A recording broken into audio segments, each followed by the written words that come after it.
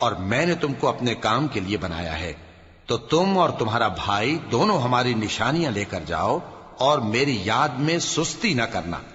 دونوں فرعون کے پاس جاؤ کہ وہ سرکش ہو رہا ہے، اور اس سے نرمی سے بات کرنا، شاید وہ غور کرے یا ڈر جائے۔ دونوں کہنے لگے کہ اے ہمارے پروردگار، ہمیں خوف ہے کہ وہ ہم پر زیادتی کرنے لگے یا زیادہ سرکش ہو جائے۔ اللہ نے فرمایا کہ ڈرو مت، میں تمہارے ساتھ ہوں کہ سنتا اور دیکھتا ہوں۔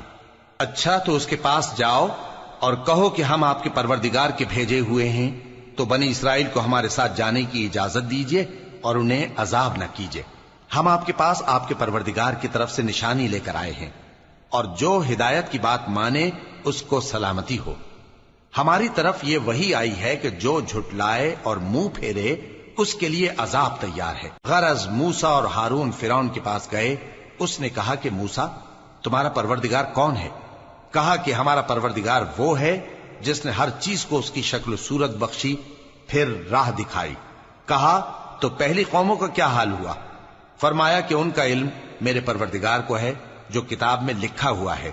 میرا پروردگار نہ چوکتا ہے نہ بھولتا ہے۔ وہ وہی تو ہے جس نے تم لوگوں کے لیے زمین کو فرش بنایا اور اس میں تمہارے لیے رستے بنا دیے اور آسمان سے پانی برسایا، پھر اس سے مختلف نباتات پیدا کی کہ خود بھی کھاؤ اور اپنے مویشیوں کو بھی چراؤ۔ بے شک ان باتوں میں عقل والوں کے لیے بہت سی نشانیاں ہیں۔